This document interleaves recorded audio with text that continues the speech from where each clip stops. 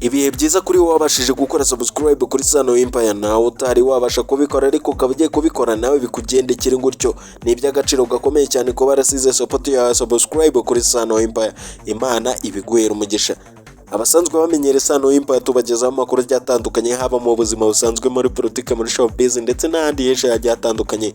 Ni kuri no mpamvu rero twanyarukiye mu gisata cya comedy tukabazanira Gents Comedy imaze kumenyerwa hano mu gihugu cy'u Rwanda mu rw'imisozi igihumbi, ndetse ikaba yaramamaye cyane ku bastari bagiye batandukanye, haba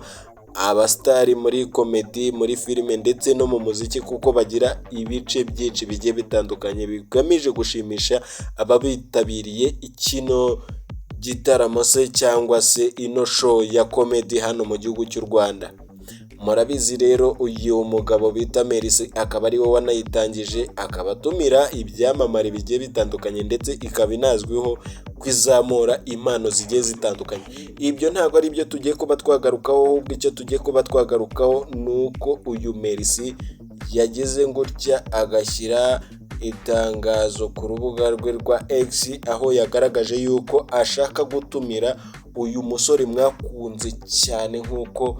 n'ubundi akomeza kugenda bigaragaza ku mbuga ze nkoranyambaga zigiye zitandukanye, cyane cyane kuri YouTube ndetse na TikTok, kuko ariho hantu twabashije kuba twamumenyera, ndetse channel yiwe ibitunguranye cyane sitwabura kuyigereranya n'iya Cristiano Ronaldo, kuko yazamutse mu gihe gitoya ndetse igera ku rwego rw'uko uyu musore rwose akomeje kugenda agaragaza yuko rwose ibintu yagiyemo abyumva kandi abizi neza cyane, kuko channel yiwe mu gihe kitarenze amezi 4 ikaba imaze kubona igihembo cyo kuba yararengeje aba subscribers 100,000. Ni akazi kaba katoroshye. Ibyo tugiye kuba twagarukaho rero ni uko uyu musore kakajwi ubwo yamaze kugera hano mu gihugu cy'u Rwanda ashobora kuba agiye gutaramira abanyarwanda muri Gents Comedy, kuko uyu musore gusa ikiri kwibazwa ni kuri ino sura yiwe, kuko isura yiwe nyakuri ntago yari yabasha kuba yajya hanze, ndetse buri gihe agerageza buryo ki ayikavaringa ku buryo ntibe yabasha kuba yamenyekana. Ikikomeje kuba cyakibazwaho nuko uyu musore niba azaperforminga muri Gents Comedy, niba isura yiwe isanzwe